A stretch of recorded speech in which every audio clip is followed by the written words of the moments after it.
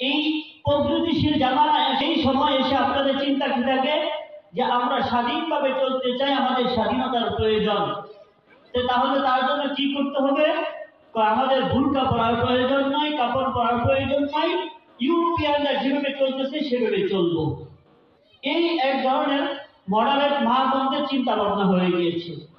আবার অনেক গ্রাম্য মা বোনেরা আছেন, তাদের চিন্তা এটাই, আমরা হলাম নারী জাতি, আমাদের দ্বারা কি হবে, আমরাই বা কি করতে পারবো। এরা হলো হীনমন্যতার শিকার। এই দুই দলেই কিন্তু অধিকাংশ মানুষগুলো বসবাস করতেছে, দুইটা চিন্তা ফিকির নিয়ে, দুইটা দর্শন নিয়ে।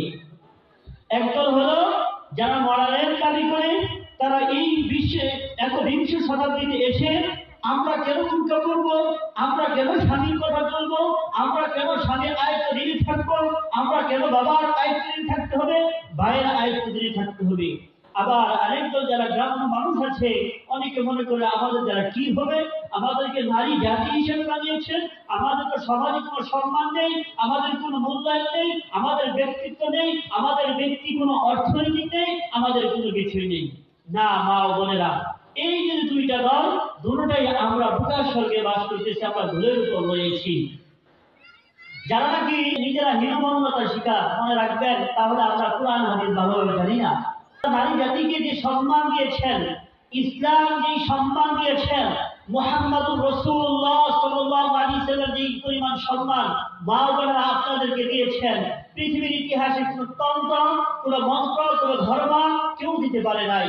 আপনি যদি ইতিহাস দেখেন, আপনারা যারা শিক্ষিত আছেন, তারা আপনারা যদি রোমানদের কিতাব দেখেন, নারীদের সম্পর্কে তাদের কি ধারণা ছিল, খ্রিস্টবাদীদের দেখেন, বই দেখেন, তাদের নারীদের সম্পর্কে তাদের কি ধারণা ছিল, হিন্দু ধর্মের মাঝে দেখেন তাদের নারীদের সম্পর্কে তাদের কি ধারণা, তাদের কি চিন্তা চেতনা।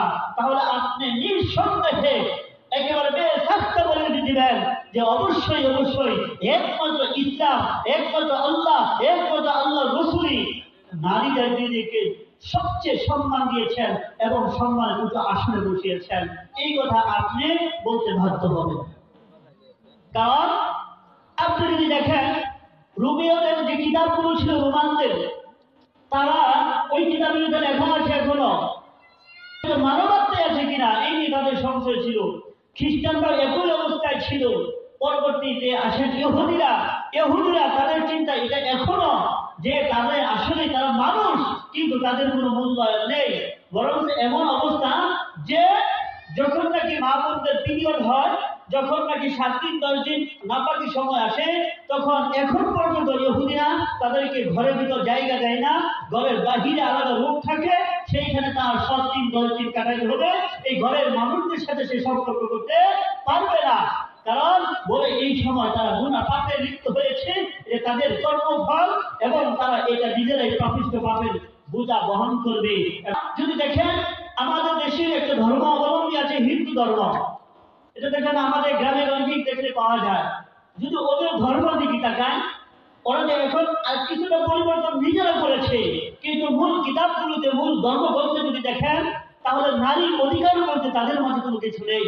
কারণ যখন নাকি কোনো একজন পুরুষ মারা যায়, তাদের ধর্ম ছিল সতীদাহ দেহ প্রথা, যে যদি স্বামী মারা যায় স্ত্রীকে রেখে, তাহলে তার স্ত্রীকে জীবিত তাকে পুরায়া ধরে ফেলা হবে, তাকে তার সাথে পুড়ে ফেলা হবে, তার স্বামীর সাথে নাউযুবিল্লাহ। তার কোনো অধিকার নেই। দেখেন তাদের ধর্ম যদি তাকিয়ে দেখেন, তাহলে দেখবেন যে তাদের মাতা পিতার থেকে কোনো সম্পদ তারা পায় না, স্বামীর থেকে কোনো সম্পদ পায় না, তারা তাদের সন্তান থেকে কোনো সম্পদ পায় না। অর্থনৈতিক অধিকার বলতে তাদের কোনো কিছু নেই। এই হিন্দু বর্ণাবলীদের আল্লাহ এবং আল্লাহ রসুল ইসলাম আপনাদেরকে অর্থনৈতিক অধিকার দিয়েছেন।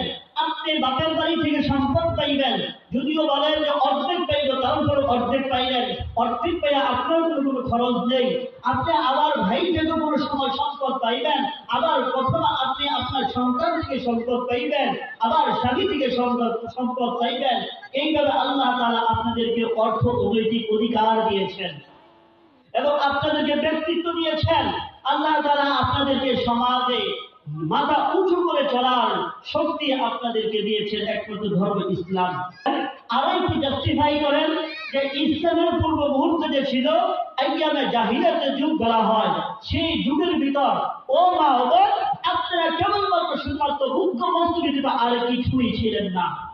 শুধুমাত্র ভোগ্য বস্তুই বলা হতো, এটা ভোগ করবে আপনাদেরকে আর ফেলে দিবে, ভোগ করবে ফেলে দিবে। যে তারা 10টা 12টা করে বিয়ে করতে এক একজনে। আচ্ছা বলেন তো দেখি, 10টা 12টা করে যদি এক একটা পুরুষকে বিয়ে করে এই 10টা 12টা মেয়েকে সে কিভাবে চালাবে? তার দৈহিক শক্তি হবে না, তার আর্থিক শক্তি হবে, তাকে কষ্ট করতে হতো। শুধু এতটুকু নয়, যখন তালাক দিত, তালাক দেওয়ার পর 3 মাস যেতে আবার তাকে ফিরিয়ে নিয়ে আসতো, আবার তালাক দিত, এইভাবে যাতে করে তার দিনগুলো লম্বা হয় এবং সে কষ্টে খুঁড়ে খুঁড়ে একেবারে পুড়ে পুড়ে মরে, যে সে মরতেও পারে না, বাঁচতেও পারে না, এমন অবস্থায় তাকে শাস্তি দিত মহিলাদেরকে মূল্যায়নে করা হইত না। মা ও বোন, শুধু এতটুকু নয়, আপনারাও ইতিহাস জানেন, আপনারাও সকলে শুনেছেন যে কারো ঘরে যদি কন্যা সন্তান হতো তাহলে লজ্জার কারণ মনে করতেন। এরকম শুধু একটি ঘটনাই আমি আপনাদেরকে বলি, বাবা বোনেরা খেয়াল করেন যে ইসলাম আপনাদেরকে সম্মান দিয়েছে। আর ইসলাম ব্যতীত যত তন্ত্র তন্ত্র ধর্ম রয়েছে, মন্ত্র রয়েছে, পূর্বে জামানা রয়েছে, সেইখানে আপনাদেরকে কেউ এই পরিমাণ মূল্যায়ন করতে পারে নাই। যে ইসলামের পূর্ব মুহূর্তে 2 বন্ধু একসাথে যদি বসে থাকতো, আর সামনে দিয়ে কোনো মা যাচ্ছে, গর্ভধারিণী মা, তার ঘরে সন্তান, গর্ভে সন্তান, একজনের ব্যাগ লাগাইতো, তার ঘরে যে সন্তান আছে এই সন্তানটা হলো ছেলে, আরেকজনের ব্যাগ লাগাইতো না, এর ঘরে যে সন্তান রয়েছে এই সন্তানটা হলো মেয়ে। এখন কি করা যাবে? তারকে ধরো, তার পেট ধরো, তার পেট ধরে দেখো তার গর্ভে কি সন্তান আছে। নাউজুবিল্লাহ, এটাই করতো, এইটাই করতো, এই হারামটা এটাই করতো। ওই গর্ভবতী মাকে তাকে জীবিত ধরে তার পেট চিরত এবং সেইখান থেকে সন্তান দেখতো, ছেলেরা মেয়ে। যদি ছেলে হইতো, যে ব্যাগ লাগিয়েছে তাকে পুরস্কার করা হইতো, যে মেয়ে বলেছে তাকে পুরস্কৃত করা হইতো। নাউজুবিল্লাহ। মা ও বোনরা দেখেন, ইসলাম আপনাদেরকে কি সম্মান দিয়েছে, আর ইসলামের পূর্বে কি অবস্থা আপনাদের অবস্থা ছিল। শুধু এতটুকু নয়, যদি কন্যা সন্তান হইতো নিজের হাতে পুঁতে ফেলতেন, নিজের হাতে পুঁতে ফেলতেন।